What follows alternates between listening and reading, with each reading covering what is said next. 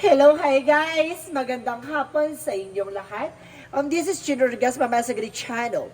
A faith healer, also mata reader. So ngayong hapon, at tatingnan natin na nagsabihin sa iyo ng ating mga gabay. So this is special gabay for the month of February 21 hanggang February 27 for the sign of Virgo. So Virgo, welcome to my channel.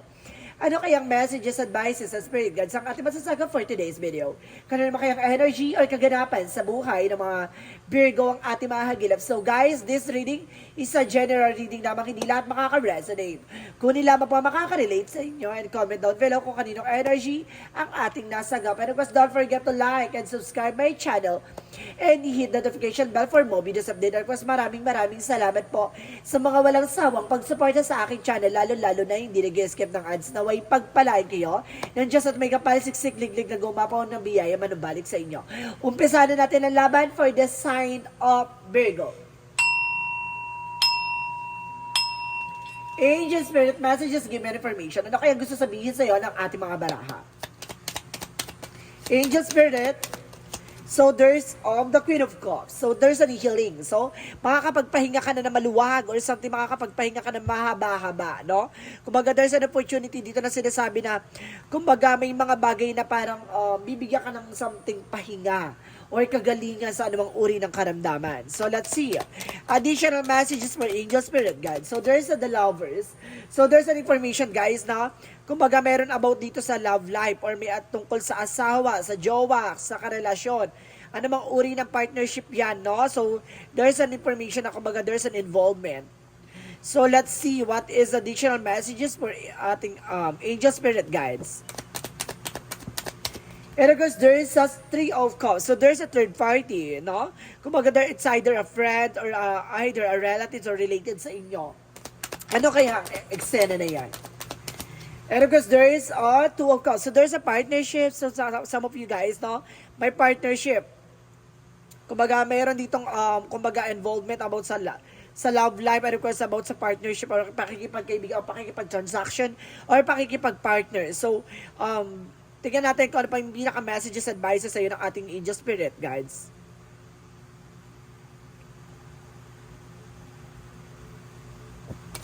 Angel Spirit. And of course, there's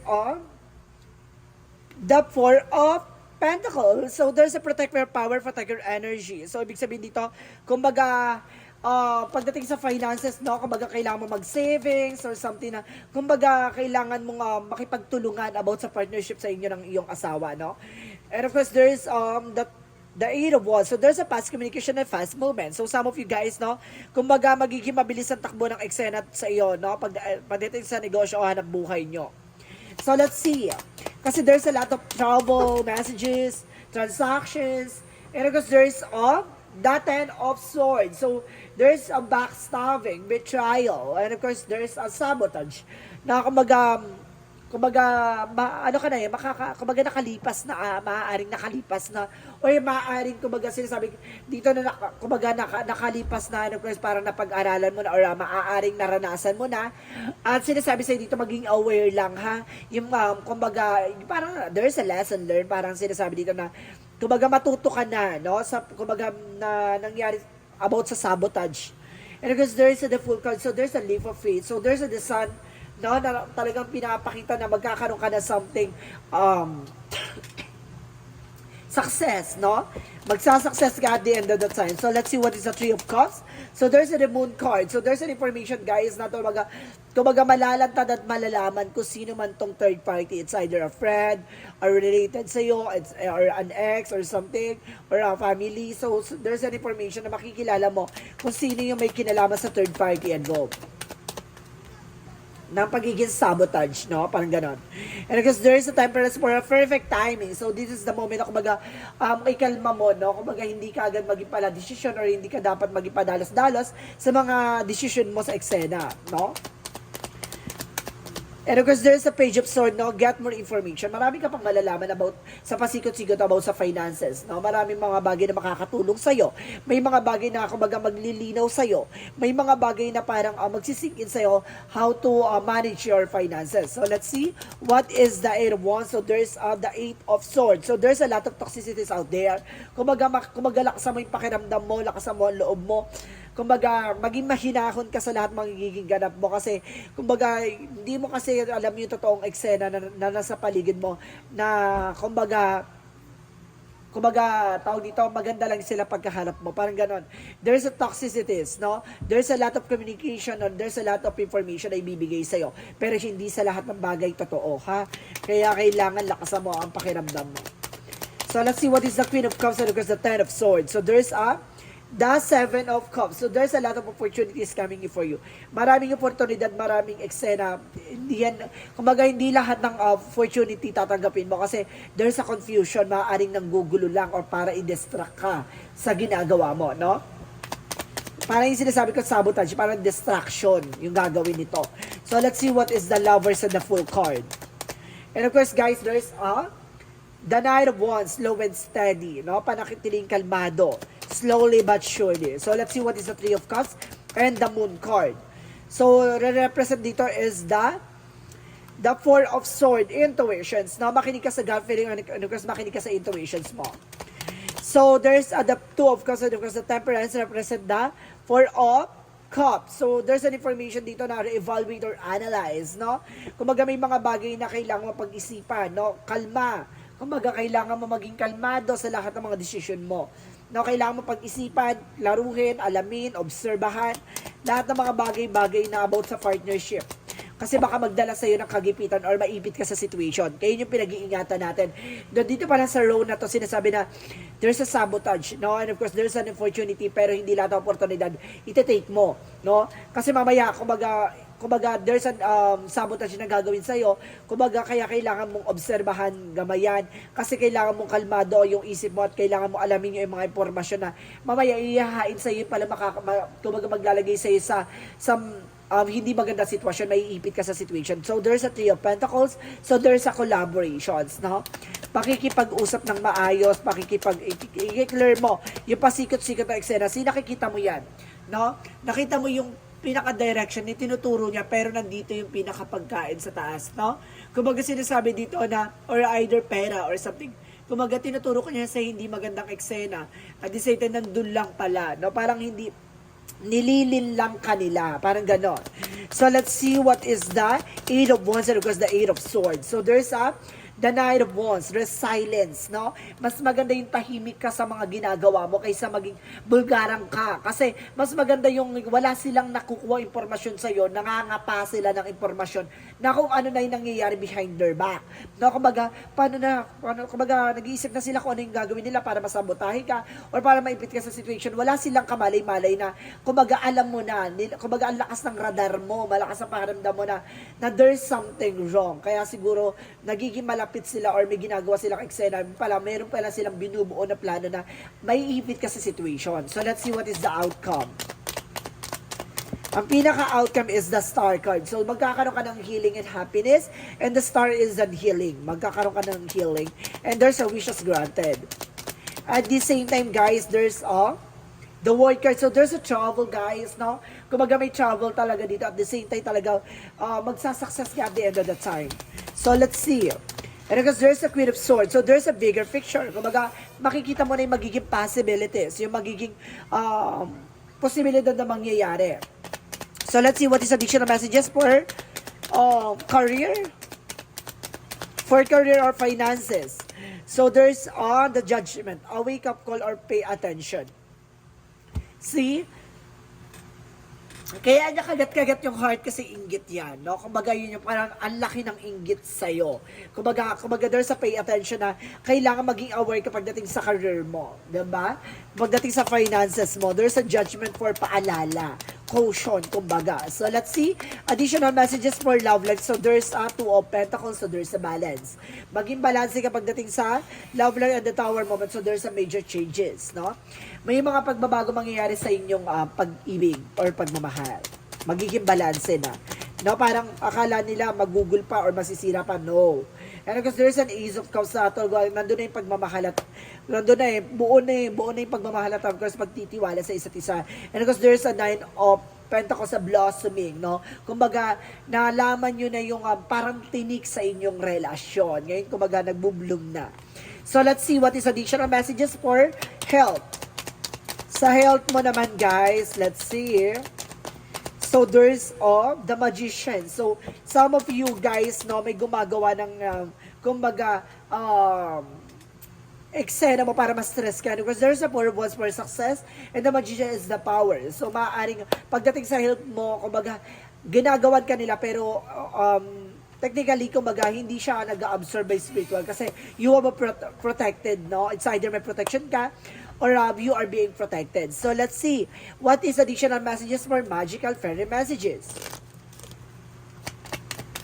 For magical fairy messages, angel spirit, so there's a birthday. So, some of you magba-birthday, no? Or may birthday na pupuntahan. No, Virgo, kumbaga mayroong birthday kayong, kumbaga, kasi ang Virgo is September, yan August to September ata yan. Or kasi sinasabi dito na maaaring sinasabi sa dito na may birthday kayong pupuntahan. And there's a daughter. So some of you na kumbaga there's a daughter involvement sa eksena na to. So let's see. What is the yin and yang oracle card? For yin and yang oracle card, so there's a confusion. I told you so. Diba? Kumbaga may mga taong guguluhin ka, lilinlangin ka, there's a pride and ego. Alisin mo daw tong pride and ego mo. At the same time, there's a contract. So, see, those, kumbaga alamin mo yung pakikipag-communicate na pakikipag-transaction or something, pakikipag-commit dun sa isang eksena or sa negosyo or hanap buhay. Kasi there's a possibility na magdala sa'yo ng thoughts isolation, no? Kumbaga, ma-stress ka. Ma-depress ka, magkaroon ka ng anxieties dyan. So, let's see what is the magical, what is Archangel Michael messages?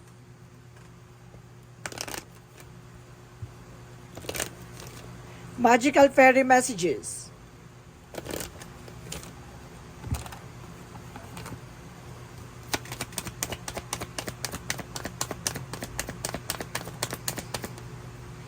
So, positive thoughts creates a positive result. So, ibig sabihin dito, magkakaroon ka ng posibilidad na resulta at magkakaroon ng positive outcome sa lahat na nangyayari. So, make a commitment, no? Kumbaga, bago ka mag-commit, siguro paalala lang na, kumbaga, kailangan mo i-clear out or something. Kumbaga, alamin mo, tuklasin mo. Kasi there's a possible na there's a make commit. Ibig sabihin, kailangan mo pa rin mag-commit, no? Kailangan mo mag-ano sa isang situation. Kumbaga, kailangan mo lang sigurong alamin. So, let's see what is the chakra. So, there's an enlightenment. So, ibig sabihin, magkakaroon ka ng kaliwanagan naman. And of course, at the same time, there's a mysticism. So, see, I told you so. May misteryo, no? Kumbaga, meron ditong nakatagong inggit at galit sa'yo, no? And there's the perceptions. Baguhin mo yung mindset mo, no? Baguhin mo kung ano yung mga iniisip mo. So, let's see additional messages. There's a strength card. So, ibig sabihin dito, lakasan mo yung loob mo, maging matapang, maging malakas sa lahat ng eksena. And there's an options. Now, marami kang opinion, marami kang pagpipilian dito. And there's a leadership. Now, take charge of these situations. Kaya mo raw pamunuan ang sitwasyon. So, let's see additional messages. And of course, there's you're not alone. So, hindi ka nag-iisa, no? May mga taong tumutulong sa'yo, may gumagabay sa'yo. There's a child of the cosmos. There's an intelligent of the universe, no? It lies within you. Ibig sabihin dito, talaga ipinagkakaloob ng universe yung mga bagay na para sa'yo talaga. So, let's see what is Archangel Raphael messages. So, there's leave that stressful situation behind. So, see, pakawala mo yung nagbibigay stress sa'yo. Diba? Hindi mo kailangan dala-dalahin yan. So, let's see what is the angel's answer. Angel's answer represent, no need to worry, hindi mo kailangan mangamba. Diba? Hindi mo kailangan mag-stress or mag-isip. There's a no need to worry. And there's a year from now, ngayong taon na to, magkakaroon ng pasabog at pagbabago na magaganap sa'yo. There's within the next few weeks, no? Sa mga susunod, within the next few months, sorry. Sa mga susunod na buwan, maraming ganap. at magaganap. So let's see what is the romance angels. So there's a past life relationship. So some of you know, kumbaga there's an ex coming back. And there's it is safe for you to love. So safe ka daw kapag nagmamahal ka. No? Parang confidence ka. At the same time, kumbaga nagagawa mo yung mga bagay na hindi mo normal na nagagawa. Kasi parang namomotivate ka ng love. So let's see what is the Monsology. Meditate and contemplate. So kailangan mo mag-meditate, magdasal, magmuni-muni. And because there is a time to give rather than take. No? Mas maganda yung nagbibigay tayo ng oras at panahon. Kaysa tayo yung humihingi. And there's you are good enough. No? Sapat ka naman daw no? So let's see what is additional messages for Angel Spirit, guys. So there's gratitude. So ibig sabihin dito, kumbaga maging thankful ka sa buhay na ipinagkaloob sa'yo kasi opportunity yan ni God para matutunan mo at matuklasan mo yung mga pasikot-sikot na kaganapan sa buhay mo. There's a guilt, no? Marami nagagalit sa'yo. Or itong, kumbaga, gumagawa ng eksena sa'yo ay may galit sa'yo. Additional messages for Angel Spirit, guys. So there's a past love, wants of forgiveness or something. Kumbaga sinasabi sa'yo dito na there's an astral, kumbaga, okay, meron dito mga yumaong na mahal mo sa buhay, ancestors. And there's a release. So may mga bagay na kailangan mong alisin. At there's a perseverance and of course kailangan mo magtiyaga sa kung ano man na meron ka. May mga kailangan kang tanggalin talaga sa eksena mo na nakakasira sa'yo. Additional messages. And there's a door to the personal healing and happiness. So talagang binubuksan ng pintuan para sa sariling kagalingan at kaligayahan. There's a fifth chakra, Archangel Gabriel, by your intuitions, no? Binibigyan ka ng intuitions, visions, and knowledge. So let's see what is the Jesus loving quotes. Sinasabi ng Jesus, come to me, all you that labor and heavy laden, and I will give you the rest. So ibig sabihin dito, kumagalat daw na mabibigat, no? Ipa sa Diyos at bitawan mo. Hayaan mo ang Panginoon ang magbigay ng kagaling at kagaangan sa'yo. Diba? Gagaan ka kasi the more na binitawan mo yung mga bigat or suliranin na hindi mo kinakaya. No? I-surrender mo kay God. So let's see what is the angel's number. Angel's number represents 88, I am wealthy. So, magiging masagana ka. You are one of the cups of the prosperous and abundance. In spiritual life, you all will find numerous opportunities for succeed and achievement. All of which bring financial and material abundance into your life. So, see, talagang ibinibigay sa'yo talaga about sa finances. No? Talagang bibigyan ka ng kasaganahan. Claim it. So, let's see what is the messages of life. So there's the inner sense. Today, as I quiet the noise of my mind, I become awareness of the voice of my heart. I listen closely to the inner voice. I trust myself and develop confidence with my intuitions. My inner truth and divine truth, I allow into influence and guide me every day. So see, kumbaga, binibigyan mo na ng importansya yung inner voice mo, yung mga gabay mo, no? Kumbaga inaayaan mo nang ituro sa yung mga landasin na dapat mong gawin at dapat mong pakinggan. So guys, this is the special gabay for the month of February 21 hanggang February 27 for the sign of Virgo. So Virgo, maraming salamat for this wonderful reading. So once again, this reading is general reading namang hindi lahat makaka-resonate. Kung nila pa makaka-relate sa inyo, and comment down below kung kaninong energy ang ating nasagap. And of course, don't forget to like and subscribe my channel and hit the notification bell for more videos update. And of course, maraming salamat po sa mga walang sawang pagsuporta sa aking channel, lalo na hindi nag-skip ng ads na way pagpalain kayo na Diyos at may kapal siksik-liglig na gumapaw na biyaya manabalik sa inyo. And once again, this is Chin Rodriguez from my Sagada channel, a faith healer, also Mata Reader. Maraming salamat and see you in the next video. Bye-bye and babush!